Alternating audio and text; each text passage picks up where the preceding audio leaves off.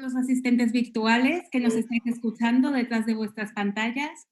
Para mí es un placer estar reunida esta tarde con vosotros, aunque sea de manera virtual, ya que a estas alturas ya tendríamos que haber tenido nuestra jornada anual y nuestra reunión presencial.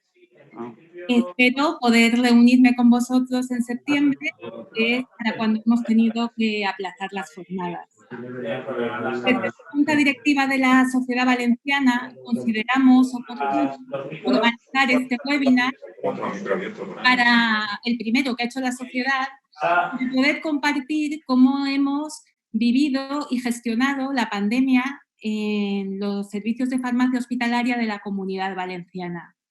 Una experiencia que sin duda no nos va a dejar indiferentes a ninguno, ni a los que lo habéis vivido en la primera línea de fuego, ni a los que lo hemos tenido que vivir desde nuestras casas.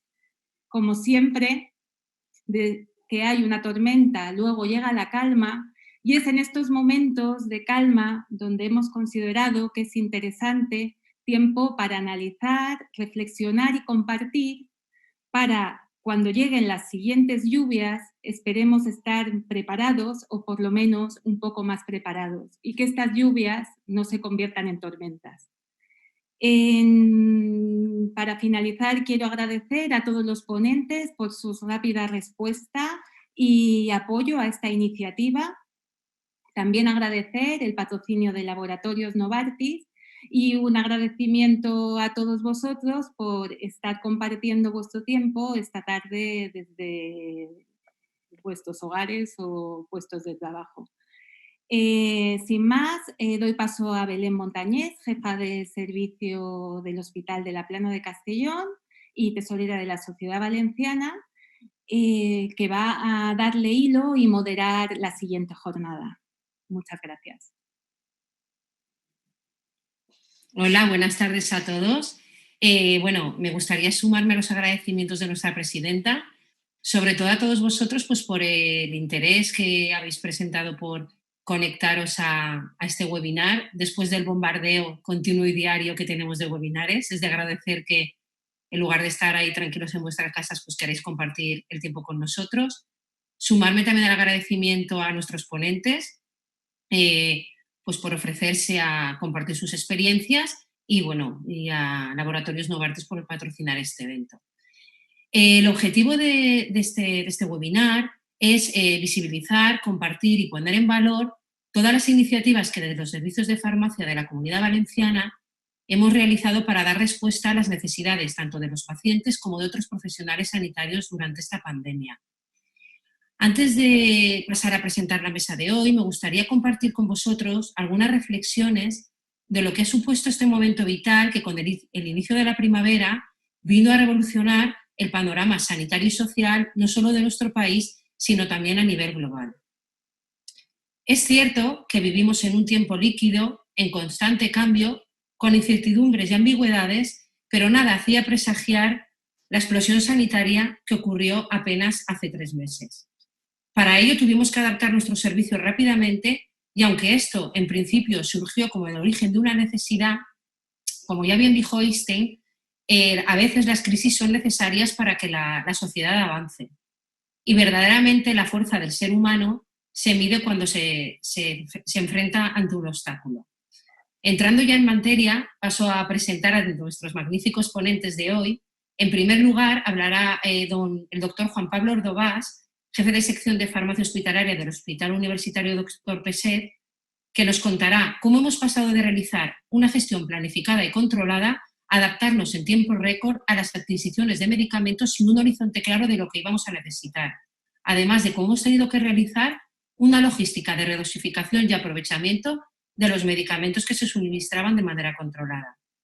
Posteriormente, estará con nosotros la doctora Pilar Ortega, del Servicio de Farmacia del Hospital General de Valencia, que nos hablará de todas las evidencias científicas que se han ido generando día a día, que aunque muchas sabemos que son sumamente frágiles, sí que bien es cierto que son muy importantes porque nos van a ir perfilando de cuál va a ser el perfil de tratamiento definitivo, si es posible, para nuestros pacientes. En último lugar, hablaremos sobre telefarmacia y dispensación domiciliaria y la doctora Ana García Monsalve del Hospital de Elche nos contará en primera persona cómo ha vivido toda la transformación del área de pacientes externos y cómo se han adaptado a los tiempos en los que vivimos. Finalmente, para terminar, realizaremos un debate de cómo hemos gestionado la farmacia en tiempos de guerra en todos los servicios de farmacia, donde os invito a que podáis participar, compartir vuestras experiencias, realizar desde vuestras casas las preguntas. Si veis en la parte inferior podéis ver una caja donde podéis realizar las consultas a nuestros ponentes, donde podéis indicar quién sois, la pregunta y para quién va destinada. Y bueno, para terminar, me gustaría finalizar destacando que con esta pandemia los servicios de farmacia de hospital nos hemos convertido en ser meros espectadores, auténticos protagonistas. Y creo que estaréis todos de acuerdo conmigo que nos hemos integrado aún más, si cabe, en los equipos asistenciales del hospital, demostrando que somos capaces de adaptarnos a las situaciones difíciles, así como la versatilidad de nuestra especialidad. Muchas gracias. Sin más, voy a dar paso al doctor Juan Pablo Ordovás, jefe de sección del Hospital Dr. Peset, que nos hablará de logística y gestión, adaptación urgente al cambio. Cuando quieras, Juan Pablo.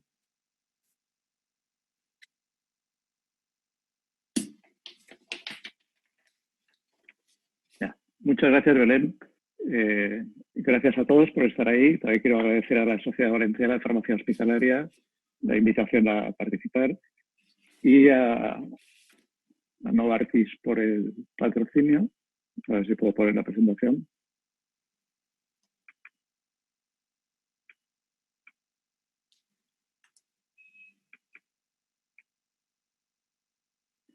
Bueno.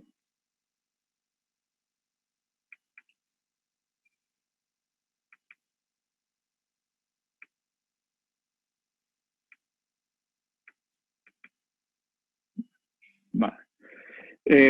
Yo voy a hablar un poquito de la película que nos ha tocado vivir, sobre todo desde el punto de vista de la logística, de la gestión de los servicios de farmacia. Esto da para escribir muchas tesis doctorales y lo voy a hacer un poquito, lo voy a intentar hacer lo más ameno posible. No voy a hablar de cosas que no sabéis o que no hayáis vivido en primera fila, pero yo creo que es muy interesante ahora que poco a poco vamos recuperando la normalidad en nuestros hospitales y en nuestros servicios, pues yo creo que es muy importante y lo tenemos que hacer cuanto antes, reflexionar en lo que hemos hecho, lo que nos ha pasado, cómo hemos reaccionado y qué es lo que tendremos que hacer en un futuro. A mí me gustaría creer que esto no va a volver a pasar nunca, o por lo menos que yo no lo voy a vivir, pero no lo tengo claro. No lo tengo claro por muchos motivos. Bien, y esto os he puesto ahí unas butacas porque esto es como una película de guerra, de terror, de suspense que hemos vivido con muchos protagonistas en muy poquito tiempo. La verdad es que ha sido muy poco tiempo, aunque parece que todo esto empezó hace mucho. Y esos protagonistas mediáticos a mí me gustaría destacar que en realidad no existen, ¿vale? Están todos los días dándonos la matraca, pero en realidad los protagonistas son los pacientes, los pobres pacientes, todos los profesionales sanitarios y todos los ciudadanos que hemos padecido esta pandemia. En esta gráfica de incidencia semanal de casos y de fallecidos en nuestro país, pues yo creo que todos la tenemos grabada, ¿no? Estas semanas, aquí he puesto las 8 primeras semanas de la pandemia en España y la verdad es que no, los que hemos vivido esto, que yo creo que al final dividiremos en los que pasamos la pandemia y los que no la pasamos en el hospital, nunca olvidaremos este tiempo, estas 8 semanas, estos 2 meses. En esta gráfica, sin embargo, ponemos el mismo perfil de incidencia semanal de ingresos, y en este caso de ingresos en UCI, pero en el hospital, en este caso en mi hospital, en el Hospital Universitario Dr. Peset. Y si las comparamos podemos ver pues una justificación de por qué los hospitales colapsaron, ¿no? Aquí no hay 8 semanas, aquí hay menos. Aquí en 4 o 5 semanas el hospital estaba absolutamente colapsado. Y si recordáis, la 4ª semana era ya de principios de abril, la 4ª de la 5ª, empezaba abril, y yo creo que fue por abril cuando empezamos a poder levantar la cabeza, a pensar un poco, a reflexionar a compartir información entre unos y otros, pero esas 3-4 semanas iniciales fueron muy malas para todos. Esas semanas y esta pandemia, yo esta mañana comentaba en mi servicio que nos han robado la primavera, nos han robado muchas cosas, nos han robado hasta los residentes, que por cierto los hospitales que tienen residentes lo sabéis, yo estoy haciendo actividades también de residente ahora porque se nos han ido.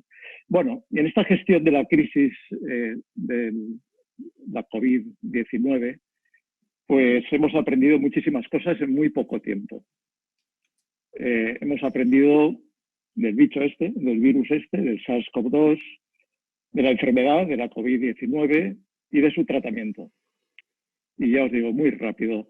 El diagrama este de quesito, ¿no? de la probabilidad, de la casuística, a mí siempre me ha hecho pensar que esto no debería haber pasado nunca.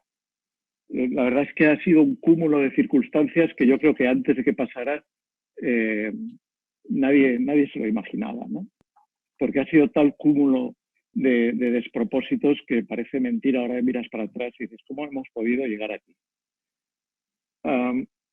De este virus hemos aprendido mucho y muy rápido, de su biología, de qué narices virus es, de qué estructura, qué similitudes tiene con otro tipo de virus para poder combatirlo, cómo se comporta epidemiológicamente, cómo se transmite, cómo se contagia, cómo nos podemos proteger frente a él, qué características de mutación tiene, aunque esto todavía no lo tenemos claro, si es estacional o no, que tampoco lo tenemos claro, y qué inmunidad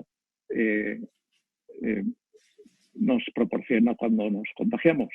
De la enfermedad no os voy a decir nada, lo que hemos aprendido de una enfermedad como esta en muy poco tiempo, en pocos meses, ¿no?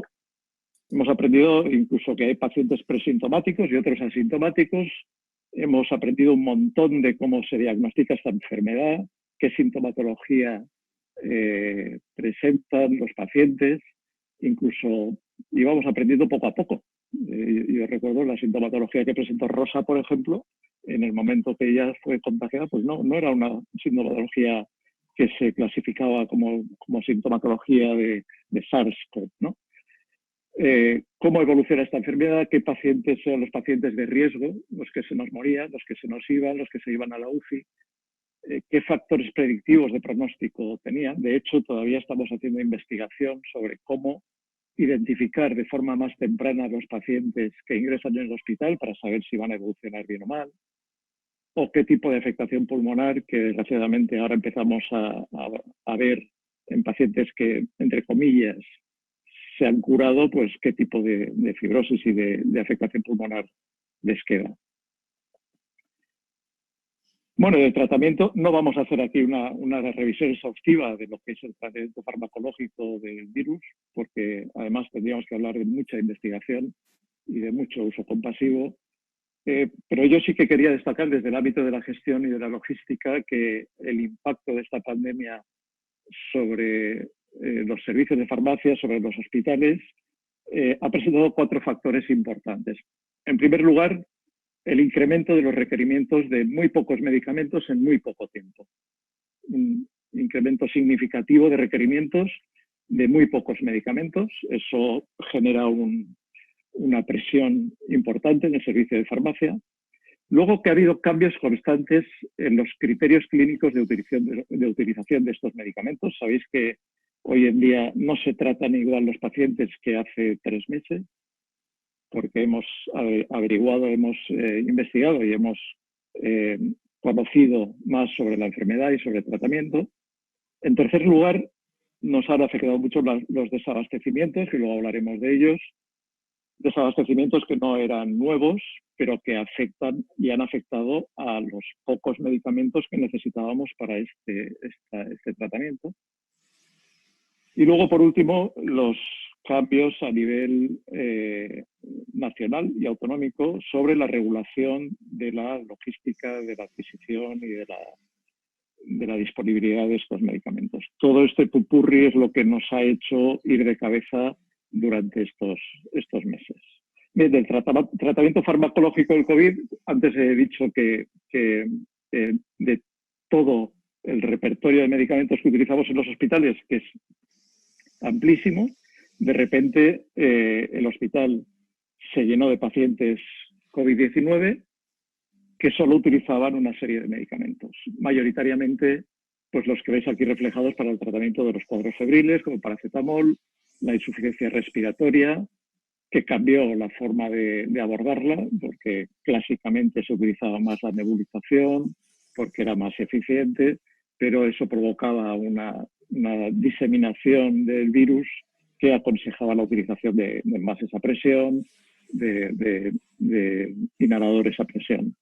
Tratamiento de la neumonía con antibióticos, porque había mucha coinfección, fármacos antivirales contra el SARS-CoV-2, pues tanto antirretrovirales como inhibidores de la replicación viral, como inhibidores de la polimerización del ARN del virus, fármacos para el tratamiento del síndrome hiperinflamatorio pulmonar, corticoides, que están muy de moda entre ayer y hoy, han salido a la palestra, inhibidores de la interleuquina 6 y la interleuquina 1, inhibidores de las quinasas JAK 1 y 2, todos los medicamentos utilizados e indicados de primera elección en la ventilación mecánica por parte de los anestesistas, como los anestésicos intravenosos, los neorelajantes, los opioides, los fármacos utilizados en la inestabilidad hemodinámica, como la noradrenalina o la dobutamina, y los fármacos anticoagulantes, ¿vale? El 90 y tantos % de los pacientes utilizaban estos medicamentos. Y evidentemente pasar de un abanico de fármacos utilizados en el hospital a prácticamente todos los pacientes ingresados utilizar estos medicamentos genera pues unas consecuencias importantes. Y aparte de eso, lo que comentábamos del cambio en el conocimiento. La verdad es que lo de la infodemia la sufrimos todos. La cantidad de protocolos, guidelines, publicaciones, preprints, webinars internacionales que nos hemos tenido que papear estos meses es importante. Y nos ha cambiado mucho la forma de abordar y de ver con una cierta perspectiva la enfermedad.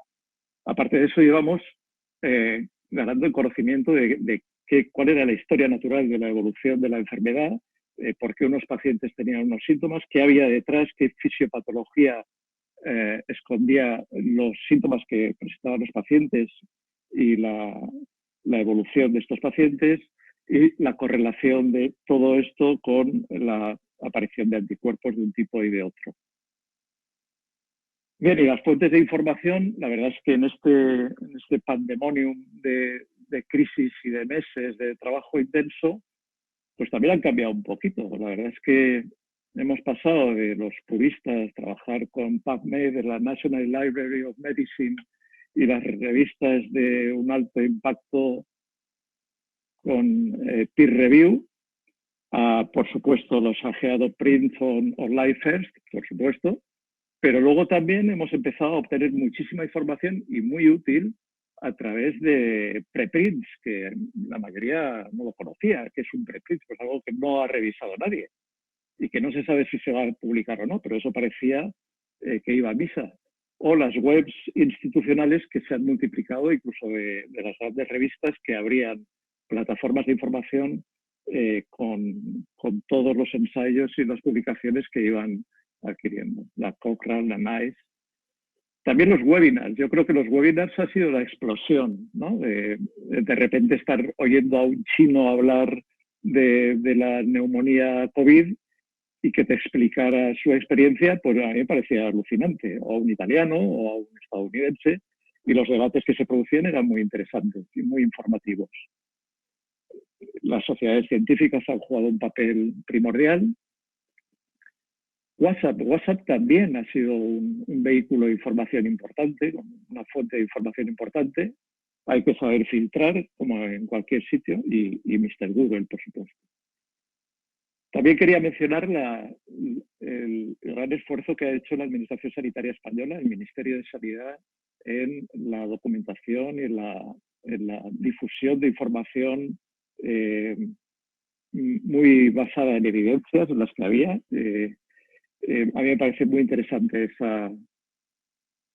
esa información y no quería dejar de citar la página web de la Sociedad Española de Farmacia Hospitalaria, que la verdad es que ha hecho un esfuerzo importante en recopilar toda la información muy útil a nivel de farmacotecnia, productos sanitarios, investigación clínica propia, ajena. Y la verdad es que esto, el paradigma de la medicina basada en la evidencia, se nos ha caído un poquito. Vamos a tener que recuperar esta evidencia, porque hemos pasado de ser los más puristas del hospital y de los que, si eso no tiene detrás una evidencia robusta que yo pueda visualizar, documentar y verificar, esto no va a misa. Hemos pasado de eso en días, en cuestión de días, a si esto funciona, vamos a utilizarlo. Esto era farmacoterapia de guerra y todos lo sabemos. A lo que llegábamos a decir, mira, esto es uso compasivo, por favor, pide consentimiento informado, documentado en la historia clínica, pero poco más, porque a ver quién se ponía a discutir ahí. Y discusiones ha habido, y ha habido muchas discusiones, no solo entre el servicio de farmacia, que también, y entre servicios clínicos. Entre los propios clínicos ha habido distintos puntos de vista en cuanto al tratamiento de la COVID. El hecho de los corticoides que se ha publicado o se ha difundido la información de la investigación de la Universidad de Oxford, pues ha traído su tela. Bien, yo he capturado una frase que me ha encantado de un artículo que os recomiendo de Cecilia Fernández Llamazares y de Eduardo López Briz en el número especial de la revista Farmacia Hospitalaria que se ha difundido el lunes pasado y que me parece fantástico el número que el comité editorial hemos conseguido publicar, con más de creo que son 12, 13 artículos especiales, 2 editoriales muy, muy buenos, muy recomendables. Pues el artículo de Cecilia y de Eduardo habla sobre la evidencia y, como comprenderéis, son 2 personas que nos pueden hablar mucho y muy bien de esto. Y me ha gustado que dicen que la práctica clínica en estos meses de tratamiento de la COVID-19 pues ha pasado de las mejores evidencias disponibles, ahí estaba el servicio de farmacia, la comisión de farmacia terapéutica, a la máxima emergencia posible, para terminar en las mayores existencias asequibles, porque nos han faltado medicamentos. Cada uno tiene su historia que contar, pero la verdad es que lo hemos pasado muy mal para conseguir los medicamentos que necesitábamos para tratar a nuestros pacientes, ¿vale? Supongo que todos conoceréis el plan de garantías de abastecimiento de medicamentos de la Agencia Española del Medicamento, que salió en mayo de 2019. Ahí tenéis el gráfico de los problemas de suministro, y a raíz de eso, pues Chus-Lamas y la Agencia Española del Medicamento pues decidieron hacer un plan que me parece muy robusto, muy bien fundamentado, pero que nos ha pillado en mantillas. Es una pena, pero todo el cronograma del plan de implantación, del plan de control de desabastecimientos, pues la verdad es que ha llegado un poquito tarde. Pero bueno, habrá que implantarlo. Bien, y esto yo creo que en todos los hospitales tenemos un guía burros, que llamo yo, un guidelines de cómo comportarnos cuando hay un desabastecimiento. Y esto es muy sesudo y muy de registro y muy de análisis sosegado, de comisión de desabastecimientos, pues la evaluación operativa del desabastecimiento, la evaluación terapéutica. A partir de ahí se hace un análisis de impacto clínico y posteriormente se lleva todo a un plan final para un desabastecimiento de un medicamento en concreto. Bien, este plan final al final tiene una estrategia de comunicación y una estrategia de implementación. A buenas horas, en el poco tiempo que hemos tenido, íbamos a aplicar un plan de tan sosegado que tenemos todos escritos en el hospital al mare magnum de necesidad, de falta de medicamentos que teníamos en ese momento, ¿vale? Con lo cual, yo creo que a este tipo de planes de desabastecimientos que en todos los hospitales tenemos que tener en cada servicio de farmacia, hay que introducirle un anexo que ponga plan en caso de catástrofe, porque evidentemente hay que hacerlo mucho más fast track de lo que lo hacemos. Bien, aquí tenemos 4 grupos de medicamentos con los que hemos tenido que bregar. Medicamentos que pasaban por ser de ensayo clínico o de uso compasivo, ¿vale? Entre todos los medicamentos que estaban sujetos a condiciones especiales de acceso, pues tanto remdesivir como ruxolitinib como cetuximab, pues o metías al paciente en un ensayo clínico o solicitabas un uso compasivo. Luego hay otros que la agencia desde un primer momento vio que aquellos iba a desaparecer del mapa y dijo, no, esto hacemos una distribución controlada. Controlada quiere decir que todos los servicios de farmacia identifican a los pacientes a los que necesitan tratar con este medicamento y los solicitan de forma agregada, inicialmente a pelo y luego semanalmente a la Agencia Española del Medicamento. Bien, de todos estos medicamentos que tenéis ahí, hidroxicloroquina, cloroquina, tocilizumab, lopinavir, interferón, pues los únicos que actualmente todavía están en distribución controlada, que yo sepa, salvo error u omisión, son la hidroxicloroquina y la cloroquina. El resto se ha levantado la distribución controlada y ya no hace falta solicitarlo a la Agencia Española del Medicamento. Pero durante varios meses, algunos, hemos tenido que pasar por esa distribución controlada.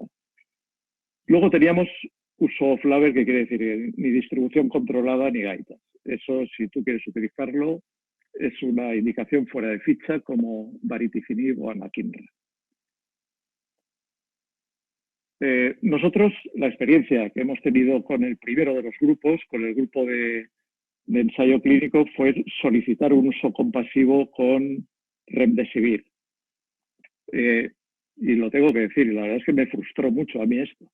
Una paciente de las primeras que ingresó en la UCI de mi hospital con una neumonía grave, en muy mal estado, cumplía todos los criterios que el uso compasivo de Gilead había establecido y lo solicitamos. Bien, eso lo solicitamos en su día y me comunicaron que tenía que pasar por un comité técnico del laboratorio para aprobar su inclusión en el uso compasivo. Bien, al cabo de una semana, yo creo que 8 días de haberlo solicitado, me llamaron de Gilead para comunicarme que había sido autorizado el uso compasivo y les tuve que decir que esa misma mañana había fallecido la paciente.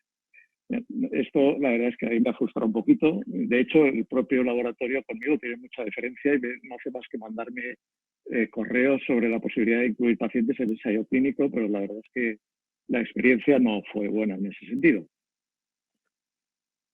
Aquí tenéis las solicitudes que en mi hospital, a lo largo de 4 semanas, hicimos de los medicamentos de uso de acceso controlado por parte de la gente. ¿Vale? En azul tenéis la hidroxicloroquina, la solución de Caletra, de lopinavir, ritonavir, los comprimidos y tocilizumab. ¿Vale? Esto, pues la verdad es que fue un trabajo intenso, pero hay que decir también que la agencia funcionó bastante bien. La verdad es que... Un par de minutos, Juan Pablo. Enseguida acabó. Las solicitudes eran rápidamente respondidas y llegaba bien el medicamento, por lo menos la experiencia que tuvimos en nuestro hospital. Y luego lo que tenemos es los medicamentos de acceso controlado por el propio laboratorio, es decir, que mediante negociación con la Agencia Española del Medicamento y el Ministerio delegaban de alguna manera en el laboratorio, que era que conocía mejor las existencias que tenía, delegaba un poco la distribución de estos medicamentos, ¿vale? Todos conocéis la problemática del propofol, del midazolam. Y aquí es lo que más seguramente nos ha fallado, ¿vale? Y luego, sí, no nos va a dar tiempo, pero quería comentar algunos aspectos que muchos de los servicios de farmacia hemos desarrollado a la vista de estos problemas de disponibilidad. El desarrollo de protocolos muy exhaustivos para la utilización de medicamentos en el hospital, en algunos servicios concretos, UCI, reanimación, neumología, cuidados intermedios de neumología, el control de los medicamentos off-label, como he comentado antes, las adecuaciones de las vías de administración o de las formas de administración, las sustituciones de medicamentos que hemos tenido que hacer y bastantes, la preparación centralizada de mezclas intravenosas. Cada hospital, en función de la cartera que tenía antes, pues ha tenido que incorporar nuevas mezclas de forma centralizada para evitar el descontrol de la utilización de algunos medicamentos, como Propofol, Midazolam, etcétera, en cuidados intensivos. Y, desde luego, la dispensación individualizada de muchos medicamentos. Y yo no quería cansaros más, porque tampoco son horas y mis compañeros seguro que tienen cosas muy interesantes que contarnos. Simplemente deciros en esta imagen, que me gusta mucho, que bien, hemos pasado unos malos momentos, la disponibilidad de los medicamentos es muy importante, pero es mucho más importante la buena utilización de los medicamentos que al finalmente tenemos. Y eso el servicio de farmacia tiene que ser el garante en el hospital. Y nada más, muchísimas gracias por vuestra atención. Luego podemos debatir y responder a vuestras preguntas. Muchas gracias, Juan Pablo. Si os parece, dejamos todas las preguntas y reflexiones para el final, ¿vale? Para que el debate sea más interesante. Y a continuación va a realizar su presentación la doctora Pilar Ortega, del Hospital General de Valencia, que nos actualizará en farmacoterapia e investigación del tratamiento del COVID-19. Adelante, Pilar. Bueno, buenas tardes a todos. Muchísimas gracias a todos los que estáis al otro lado de la pantalla. Quería agradecer también pues, a la Sociedad Valenciana de Farmacia Hospitalaria que me haya invitado a participar en esta webinar y, por supuesto, pues, a Novartis por su patrocinio. Yo os voy a hablar sobre farmacoterapia e investigación, que es un tema bastante arduo, bastante extenso. Lo ha comentado ya Juan Pablo, que el bombardeo de información que hemos tenido estos meses ha sido pues increíble y bueno, pues hay mucha información, pero seguimos teniendo muchas incertidumbres. Esta imagen, que la habréis visto 200 veces, de hecho, pues Juan Pablo ya la ha puesto, en todas las webinars que hay sobre coronavirus aparece, pero bueno, es una imagen muy bonita, muy ilustrativa, porque nos muestra las diferentes fases por las que puede llegar a pasar esta infección, y el conocimiento de esas fases nos ayuda también a situar pues, las diferentes líneas terapéuticas que se han estado utilizando desde el principio. Hay una primera fase de respuesta de infección temprana con una respuesta viral muy importante. Y en esa primera fase, que puede durar unos 7-10 días, es cuando los antivirales juegan un papel fundamental. Y eso yo creo que ya cada vez lo tenemos más claro. Pero a partir de esos 7-10 días, algunos pacientes pueden entrar en una fase pulmonar, donde lo que comienza es una respuesta inflamatoria. Y en el momento en el que esa respuesta inflamatoria comienza, es muy importante utilizar fármacos que frenen esa respuesta, que puede llegar a ser pues, una respuesta hiperinflamatoria, que sería la estadio 3, la famosa tormenta de citocinas. Ahí ya corticoides, otro tipo de fármacos inmunomoduladores son los que van a jugar un papel más relevante. Entonces, yo os voy a hablar sobre antivirales, inmunomoduladores. No os puedo hablar de todos los fármacos que se están investigando, pero sí que pretendo hablaros un poco de aquellos con los que podemos estar más familiarizados, porque unos más o menos, pero hemos podido llegar a utilizarlos en nuestros hospitales. Y algo sobre una diapositiva solo sobre la tromboprofilaxis, porque también es un tema que ha generado mucha controversia.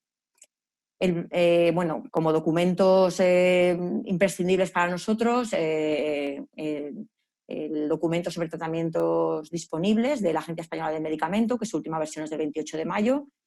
Primero porque, bueno, aparte de que habla algo sobre la evidencia, pero también nos está informando sobre las formas de acceso. A mí me parece muy útil también la página de la Sociedad de Farmacéuticos Americanos, de la Sociedad de Farmacia de Estados Unidos, porque tiene un apartado específico sobre coronavirus y pues podéis encontrar este documento que se actualiza una, incluso 2 veces por semana, y que tiene información pues, actualizada muy, muy recientemente. Y también la página de la SED, como ya ha comentado Juan Pablo, pues con muchísima información y muy útil. El primer fármaco, el primer que empezamos a utilizar todos, fue lopinavir-ritonavir, aparecía en el documento de manejo clínico del Ministerio de Sanidad. Fue el primer fármaco que yo creo que todos incluimos en nuestros protocolos. Pero ya el 18 de marzo pues, se publicó un ensayo clínico donde el uso de lopinavir-ritonavir frente a la terapia de soporte no mejoraba el tiempo hasta mejoría clínica, tampoco otras variables secundarias como la mortalidad, la estancia en UCI, el aclaramiento viral. Sí que es verdad que también generó pues, polémica, mucho debate a posteriori, pues, porque sí que los pacientes en este ensayo clínico habían entrado cuando llevaban una media de unos 12 días de síntomas y probablemente pues, sea muy tarde con tantos síntomas ya para utilizar un fármaco antiviral. El tema de las dosis, que a lo mejor podrían ser subóptimas teniendo en cuenta el ACE50. Nosotros en Hospital no lo retiramos del protocolo en ese momento, pero bueno, sí que nos dejó bastante fríos y generó pues, bastantes dudas. También en el documento de manejo clínico del Ministerio se nombraban los interferones, el interferón beta-1b o el interferón alfa-2b en combinación con el lopinavir-ritonavir en aquellos pacientes de neumonía grave. Nosotros en el hospital el día 23 de marzo se nos acabó todo el interferón, con lo cual pues tuvimos que eliminarlo del protocolo. Tengo que decir que los médicos no sufrieron mucho por este hecho, porque la percepción que tenían esa semana o 10 días que estuvieron utilizando el interferón es que no estaba yendo bien. Pero, pues ahora a principios de mayo pues, se publicó un ensayo clínico que evaluaba una terapia triple con interferón beta-1b, lopinavir-ritonavir y ribavirina frente a lopinavir-ritonavir solo. Es verdad que se utilizaba de una manera muy temprana. Los pacientes llevaban menos de 7 días de evolución desde la aparición de los síntomas y la dosis del interferón beta-1b dependía de los días que tuvieran con síntomas. Ningún paciente recibía interferón si hacía ya más de 7 días que había iniciado la infección. Y lo que observan es... lo que observan es que se acorta la duración se acorta el tiempo de alivio de síntomas, se reduce también la estancia. En cualquier caso, el interferón pues, no es un fármaco, yo creo que nos hayamos planteado mucho volver a su utilización, primero pues porque la distribución controlada que ha hecho la Agencia Española del Medicamento nunca ha sido para coronavirus, siempre ha sido para las indicaciones autorizadas, y luego pues también parece que hay otros estudios in vitro que dicen que podría estimular la expresión de los AC2 y por lo tanto favorecer la infección. Y la hidroxicloroquina, ambos, pues ha sido el fármaco estrella. Hay en la actualidad creo que más de 200 ensayos clínicos en marcha. Y se empezó a utilizar realmente con una evidencia que se basaba en resultados in vitro. In vitro se había visto que era un fármaco que inhibía el SARS-CoV-2. También desde el principio pues, empezamos a conocer que la potencia de hidroxicloroquina era mayor frente a cloroquina, y también en este estudio que aplicaba una serie de modelos farmacocinéticos, pues una pauta de 5 días de tratamiento pues, permite alcanzar unas concentraciones plasmáticas y pulmonares incluso muy similares a las de pautas de 10 días, con lo cual pues, esa es la pauta con la que nos hemos quedado al final. Se han empezado a publicar algunos estudios, algunos ensayos, pero con resultados pues, contradictorios. El primer ensayo clínico que se publicó era pacientes con neumonía leve, sí que observan una mejoría en la recuperación clínica, también en las imágenes radiológicas. Luego hubo un estudio observacional con pacientes que requerían oxigenoterapia y, sin embargo, pues, a los 21 días del ingreso ni se observó una reducción en las admisiones en UCI, ni en la mortalidad, ni tampoco una mejoría de la supervivencia. Y otro ensayo clínico en pacientes con infección leve o moderada que evalúa la eliminación viral, pues ven que respecto a la terapia de soporte, la hidroxicloroquina no mejora ese aclaramiento viral. Y pues la combinación estrella también ha sido hidroxicloroquina con acitromicina, que surge pues, de un ensayo clínico abierto, no aleatorizado, donde solamente había 20 pacientes en tratamiento con hidroxicloroquina, de los cuales 6 estaban en tratamiento con acitromicina, y se comparan ¿no? con 16 pacientes que no reciben tratamiento. Y bueno, pues a todos nos llama muchísimo la atención, nos sorprende muchísimo, pues que al sexto día todos los pacientes que habían recibido tratamiento combinado con hidroxicloroquina y acitromicina habían negativizado el virus, la PCR se había negativizado. Este grupo de trabajo, que era un grupo francés de Marsella, publicó posteriormente 2 estudios observacionales con buenos resultados, sobre todo pues este estudio retrospectivo tiene más de 1000 pacientes y ellos pues ven que casi el 92% de los pacientes alcanzan una mejoría clínica y una curación virológica a los 10 días con una mortalidad muy baja de menos de un 1% y sin toxicidad cardíaca. Pero pues también pues una de cal, otra de arena, se siguen publicando estudios. Este es un estudio prospectivo con muy poquitos pacientes, también un grupo francés, pero ellos ven pues, que el tratamiento combinado no aporta ninguna ventaja. Y luego hay dos estudios observacionales con mayor volumen de pacientes publicados en hospitales de Nueva York.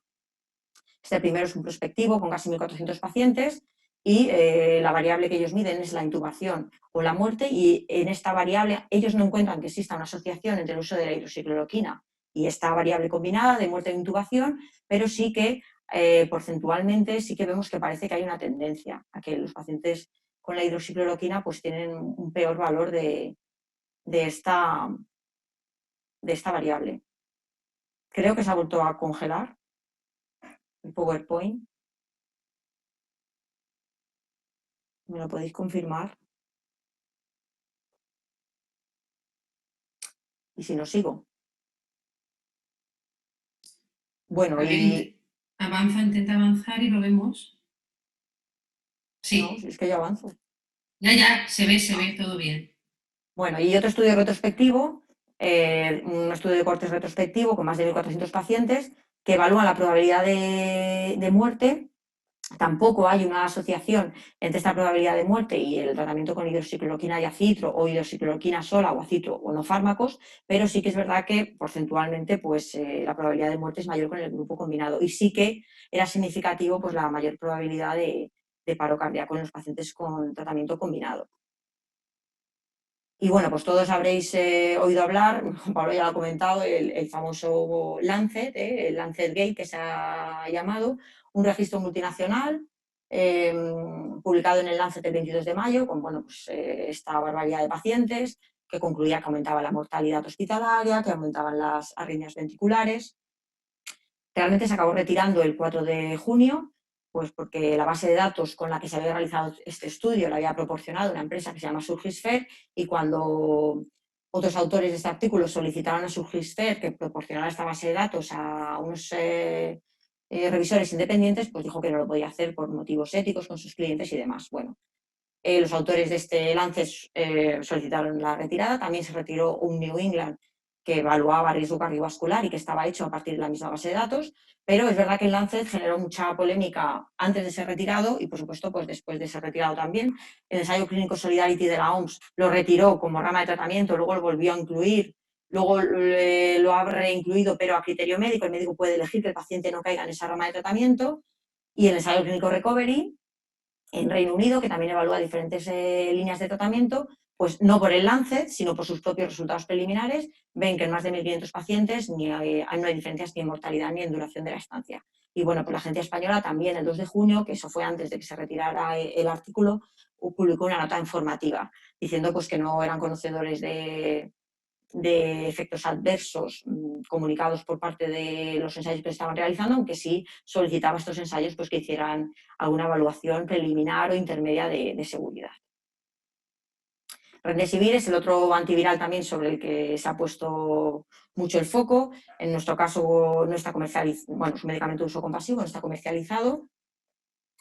Y desde el 20 de mayo lo podemos volver a tramitar como uso compasivo para infecciones graves. Hubo una temporada que no se podía solicitar nada más que para embarazadas y menores de 18 años, pero es verdad que, como ha comentado Juan Pablo, nosotros también lo tramitamos para un paciente y bueno, fue un proceso muy lento y también la verdad que al final el paciente falleció antes de que recibiéramos la medicación. Se publicó a finales de abril este Lancet, un ensayo clínico aleatorizado, doble ciego, controlado con placebo. Bueno, nos dejó también muy fríos sus resultados porque no observan una mejoría en el tiempo hasta mejora clínica. Sí que es verdad que en aquellos pacientes que reciben el tratamiento durante los primeros 10 días desde el inicio de los síntomas, pues parece que esta respuesta es más rápida. También es verdad que el estudio pues, se tuvo que parar por falta de pacientes, o sea, no se llegó a la muestra de pacientes que se había calculado inicialmente, y eso pues, también reduce la potencia del estudio. Rápidamente, el Instituto Nacional de Enfermedades Infecciosas de Estados Unidos, Gilead, ¿no?, sacaron unas notas informativas hablando de unos resultados preliminares de sus ensayos clínicos, sí que era favorable. Y pues el 22 de mayo o así se publicó este artículo en el New England con unos resultados preliminares de uno de estos ensayos en fase 3, promovido por Gilead, claro. Más de 1000 pacientes, la mayoría graves, con una mediana de días desde el inicio de los síntomas de 9. Y aquí sí que ven que el tiempo hasta mejoría clínica es significativamente menor en los tratados con Remdesivir, con una estimación de la mortalidad también a los 14 días que también parece que es favorable para Remdesivir. Y luego pues también hay un estudio que comparaba la dosis de 5 días versus 10 en pacientes no ventilados, que parece que obtiene los mismos resultados, y esto también ha hecho pues, que la Agencia Española modificara también sus recomendaciones de dosificación. Y dentro de los fármacos inmunomoduladores, pues bueno, yo creo que el tocilizumab también ha sido el fármaco estrella, el que todos hemos utilizado, y todo pues en base a este artículo que apareció en redes ya el 13 de marzo. Era un estudio prospectivo realizado en China, y bueno, los autores pues deciden plantear el uso de este fármaco porque han observado que en los pacientes con neumonía grave pues los niveles de interleucina 6 están elevados. Entonces añaden el tocilizumab a pacientes que ya son graves o incluso críticos, y los resultados son, pues como podéis ver aquí, también muy espectaculares, ¿no? Y todos nos lanzamos a utilizar este fármaco en vistas a prevenir esa tormenta de citocinas, esa respuesta hiperinflamatoria, que es la que acaba provocando el daño pulmonar tan grave y en muchos casos pues, la muerte de los pacientes. No hemos ganado mucho en evidencia, no hay ensayos clínicos aleatorizados todavía publicados. Yo simplemente os he querido poner esta otra serie de pacientes, solo con 15 pacientes, pero sí que me parece interesante lo que ellos observan, porque ven que sí que es verdad que el tocilizumab provoca una disminución muy rápida de la PCR en todos los pacientes. Sin embargo, la interleucina 6, incluso en aquellos pacientes que sí que alcanzan estabilidad clínica tras la administración del fármaco, pues puede experimentar un ligero aumento en las primeras horas, los primeros días, y luego se va reduciendo, pero de una manera muy gradual. El séptimo día, por ejemplo, no hay ningún paciente de los suyos, de los 10 que alcanzan esa estabilidad, que tengan un valor menor de 40. Y desde luego en aquellos pacientes en los que van mal clínicamente o que llegan a fallecer, la interleucina 6 sigue aumentando. Como os decía, no hay ensayos clínicos publicados, pero sí que las guías de la National Institute Health hablan de unos resultados preliminares del Corimmuno-Toci trial, y ellos sí que dicen que parece que los pacientes con tocilizumab fallecen menos y también tienen menos necesidades de ventilación. Anakinra también es un fármaco del cual hemos hablado mucho. Actúa sobre la interleucina 1, que está más arriba en la cascada inflamatoria. Y yo creo que también empezamos a hablar mucho de él porque el tocilizumab veíamos que se nos acababa, que no teníamos y necesitábamos como tener otras alternativas. No hay ensayos clínicos, como os digo, publicados todavía, sí que hay en marcha. Hay uno en Italia, ¿no?, que es el que utilizan 100 miligramos intravenoso cada 6 horas. Esa es la pauta que recomienda la nota de la Agencia Española, pero realmente nosotros no podemos utilizar esa pauta porque lo que está comercializado aquí en España son jeringas precargadas para uso subcutáneo. Entonces, simplemente os pongo este artículo, que es con una serie de casos. Solo son 9 pacientes, de hecho al final se quedan con 8 porque uno solo recibe una dosis. Y bueno, pues unos resultados buenos, como podéis ver aquí, pero a mí sobre todo de este estudio me gustó, me interesó la pauta que utilizaban. Ellos sí que utilizan la anakinra por vía subcutánea, 100 miligramos cada 12 el día 1, 2 y 3, y a partir de ahí hasta el día 10, 100 miligramos cada 24. Baricitinib es otro fármaco que además también se ha hablado mucho de él desde el principio, y los resultados con respecto a seguridad pues son bien, es un fármaco que parece que está bien tolerado, y además pues lo que se ve también a nivel clínico es una mejoría de la fiebre, de la saturación de oxígeno, la PAFI. Además, en el grupo de los pacientes tratados con baricitinib no hay ninguno que requiera ingreso en UCI, y también casi un 60% de los pacientes que reciben el baricitinib son dados de alta en el día 14, con lo cual resultados muy buenos también. Y ruxolitinib, que es un inmunomodulador también porque inhibe la JAK1 y la JAK2, sí que hay un ensayo clínico publicado, aleatorizado, multicéntrico. Solo son 20 pacientes tratados con ruxolitinib 5 miligramos cada 12 frente a 21 con terapia de soporte. Y aunque no observan que el tiempo hasta mejoría clínica sea mejor en los tratados con ruxolitinib, sí que el TAC a los 14 días es mejor, sí que también se produce una recuperación más rápida de los linfocitos. No fallece ningún paciente en el día 28 frente a 3 en el grupo de tratamiento de soporte y pues sí, pues evidentemente también se reduce de manera significativa las citocinas y también es un fármaco bien tolerado. Los corticoides son unos fármacos que han generado mucha polémica desde el principio y desde ayer pues quizás un poco más, ¿no? Son fármacos que sabemos que en otras infecciones víricas pueden aumentar la mortalidad, como es la gripe en paciente grave, pero sí que ya desde el 13 de marzo se publica un estudio retrospectivo que evalúa factores de riesgo asociados a síndrome de distrés respiratorio y mortalidad y ellos dicen que la metilprednisolona, en este caso que la que utilizan, pues parece ser que los pacientes que habían recibido tratamiento con metilprednisolona se mueren menos. Luego se publicó pues, un estudio retrospectivo utilizando dosis bajas de metilprednisolona, 1-2 miligramos por kilo día, y también de una manera temprana. Y los 26 pacientes que reciben este tratamiento, pues la mejoría de los síntomas clínicos es mayor, observan también un acortamiento del curso de la infección, mejoría en el TAC.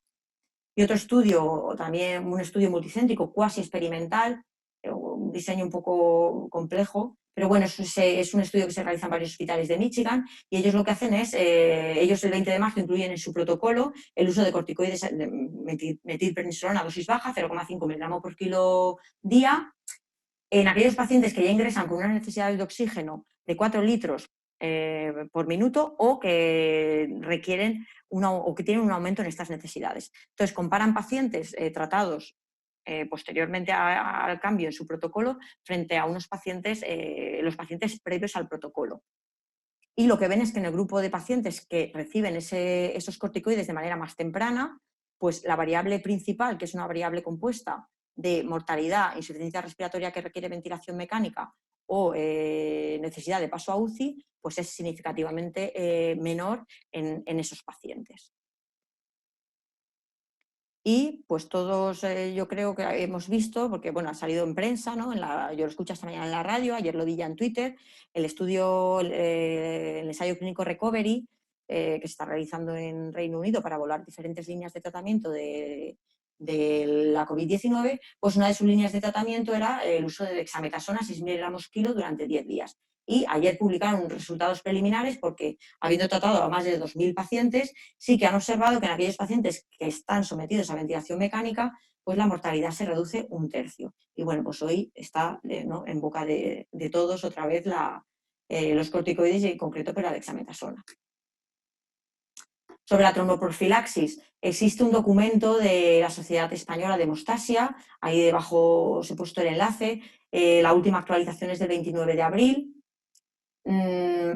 Estos pacientes, los pacientes que tienen la COVID-19 y están en una situación grave, se ha observado un mayor riesgo de coagulopatías, de eventos tromboembólicos relacionados con la situación crítica, con la inmovilización, probablemente haya otros factores. Y bueno, pues este documento nos está recomendando unas dosificaciones. Voy a hablar solo de tromboprofilaxis, pero quiero recalcar pues, la diferencia de dosis profilácticas en función de si los pacientes tienen factores de riesgo o no. Como factores de riesgo, pues bueno, aquí podéis ver factores de riesgo que son comunes a todo el mundo, pero sí que es verdad que en la infección por COVID hay la alteración de estos parámetros, pues también es un factor de riesgo para desarrollar estos eventos tromboembólicos.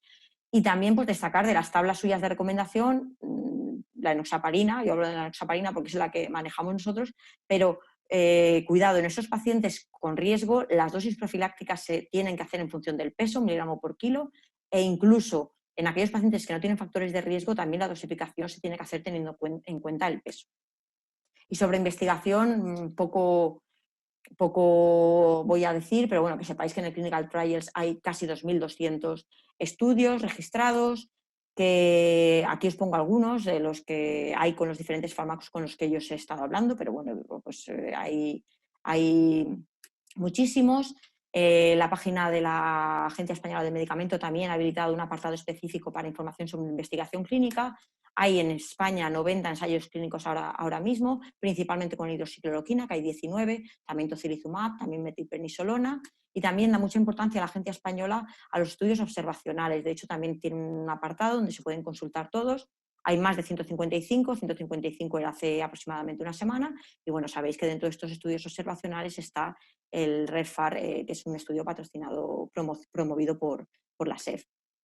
Yo no sabía muy bien qué concluir ante todo esto porque la información durante estos 2-3 meses ha sido pues, brutal y a pesar de ello continuamos teniendo muchísima incertidumbre. Yo creo que en la primera diapositiva, que la verdad es que no sé si la habéis llegado a ver o no con tanta historia que ha habido de que si se queda parada la presentación o no, pero bueno, creo que los antivirales juegan un papel importantísimo en esa fase inicial, en ese estadio inicial de infección temprana. A partir del 7º o 10º día el paciente va a entrar en una fase de pulmonar donde ahí habrá que utilizar corticoides o otro tipo de inmunomoduladores. Yo lo que os he puesto aquí es las versiones de protocolo que hemos tenido en el Hospital General. Desde la versión 1, que fue el 15 de marzo, a la última, que fue el 15 de abril, o sea, en un mes llegamos a hacer 9 versiones del tratamiento y esto yo creo que refleja lo que hemos vivido todos durante este tiempo. Ayer vi una webinar que se titulaba Tratamiento Coronavirus-COVID, arte o ciencia. Yo creo que al final esta frase pregunta resume un poco lo que hemos vivido todo este tiempo. Nada más. Muchísimas gracias por seguir ahí. Perdonad por las veces que me he parado, pero es que esto es bastante complicado.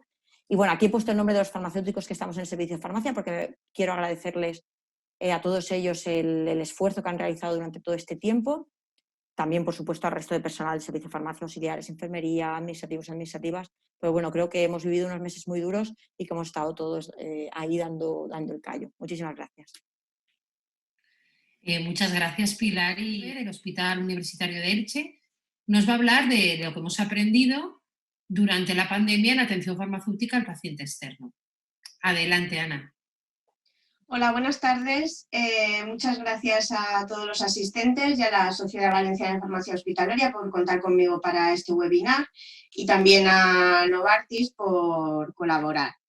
Bueno, después de tanta ciencia que hemos aprendido, yo he venido para contaros más bien nuestra experiencia, ¿no?, en la atención a los pacientes externos.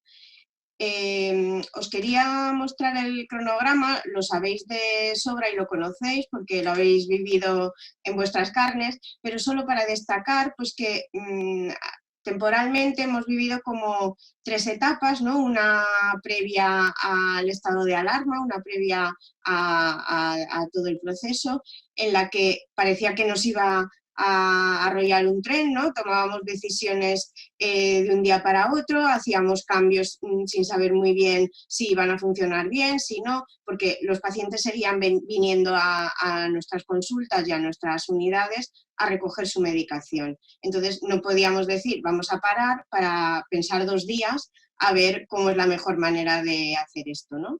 A continuación llegó ya todo el periodo que conocemos del confinamiento y en el que se canceló toda la actividad que estaba programada, y posteriormente es en la fase que estamos ahora en la que estamos intentando retomar esa actividad asistencial. Pero la actividad se tiene que retomar paulatinamente, ¿no? Y quizá esta sea la dificultad un poco, ¿no? Que no podemos decir, bueno, pues como funcionábamos bien, vamos a volver a hacer lo que hacíamos, ¿no? Tenemos también que proponer cambios y hacer las cosas de una manera diferente. Ya sabíamos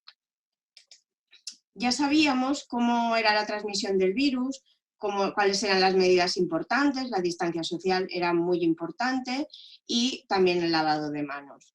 Entonces, a continuación, eso lo sabíamos antes del estado de alarma, después vino el estado de alarma, nos quedamos en casa todos, los niños quedaron sin colegio, las empresas, su actividad se detuvo o se redujo al mínimo, no teníamos ocio, no había deporte, pero lo que os he comentado, los pacientes seguían necesitando su tratamiento porque la gran mayoría de los pacientes que acuden a nuestras unidades son pacientes con un tratamiento crónico. Entonces aquí estaba el reto y aquí estaba lo que era nuestra obligación y en lo que debíamos trabajar, ¿no? Que era, por un lado, garantizar ese acceso a los medicamentos de los pacientes que los necesitaban, pero de una manera segura, que no fuera un riesgo para ellos.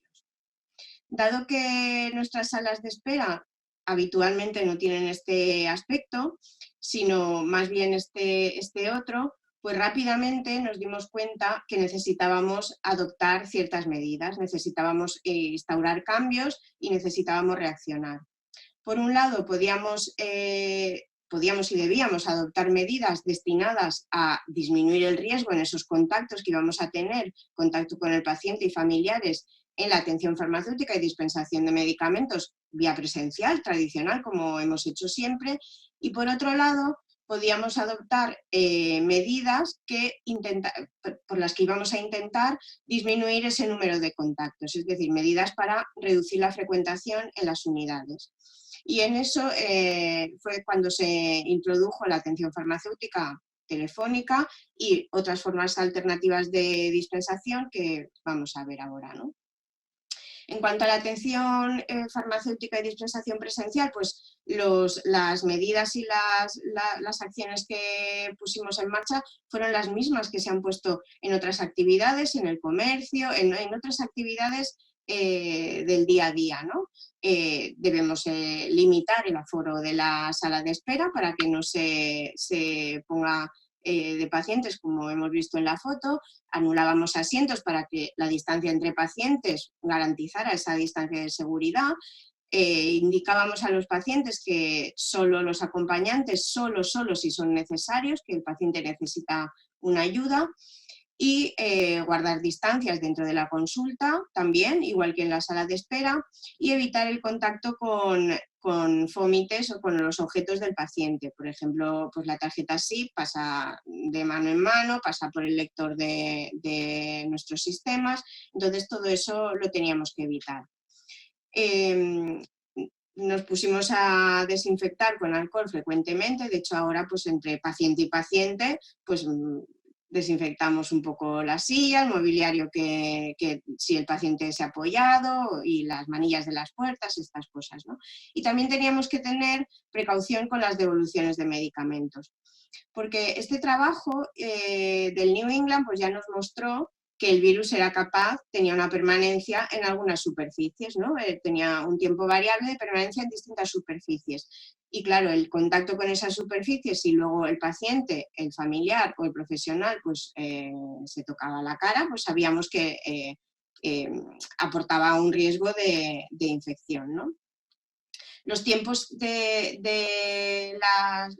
permanencia en las superficies han variado, luego en otros artículos pues no son exactamente iguales, pero bueno, por hacernos una idea, nosotros vimos que eran estos y pues aplicamos lo que os he dicho de la limpieza intensiva y los medicamentos que nos devolvían los dejamos en cuarentena pues aproximadamente unos 5 días para asegurar que no hay problema y se pueden volver a dispensar a otro paciente.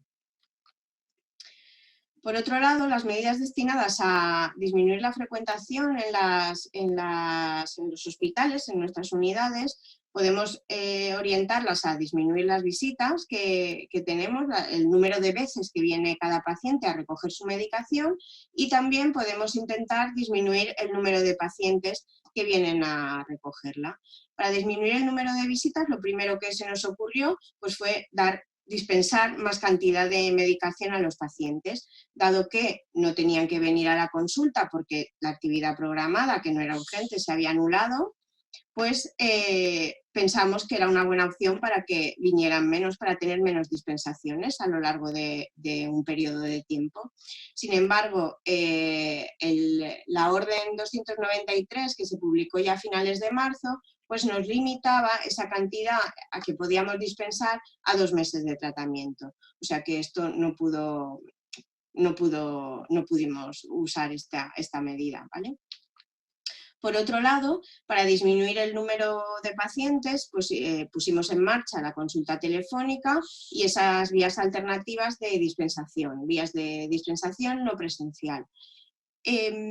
Nuestra idea era ofrecer estas opciones a todos los pacientes. El problema es que sabíamos que iba a ser muy difícil poder llegar a todos los pacientes y poder abarcar a todos los pacientes, ¿no?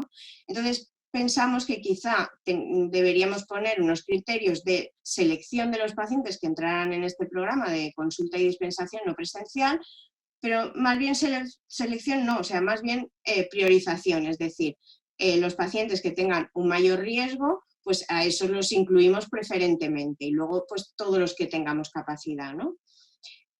los criterios de priorización, pues lo más lógico era eso, hacerlo según los factores de riesgo de los pacientes. Sabíamos que la edad era un factor de riesgo que ya se conocía desde los primeros pacientes de las series de China, y después había otros factores de riesgo, otras comorbilidades que sabíamos que también era importante.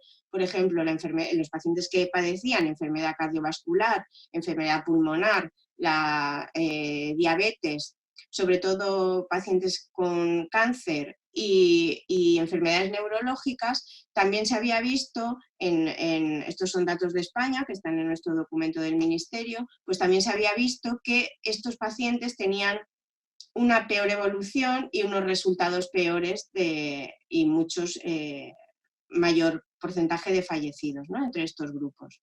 Para los inmunosupresores, para los pacientes que estaban inmunodeprimidos, como el porcentaje de pacientes que estaban incluidos era bajo, pues no se pudo establecer una conclusión, ¿no? Entonces, rápidamente todas las sociedades científicas, o muchas de ellas, se apresuraron a informar a través de sus páginas web o de sus redes sociales casi siempre eran opiniones, ¿no?, de el impacto de la enfermedad sobre la enfermedad y o su tratamiento, el tratamiento habitual de esa patología, en la infección por coronavirus y en los resultados y en la evolución de esa infección. No os voy a contar una a una todo lo que ponen las sociedades, pero bueno, la idea general es que la mayoría de ellas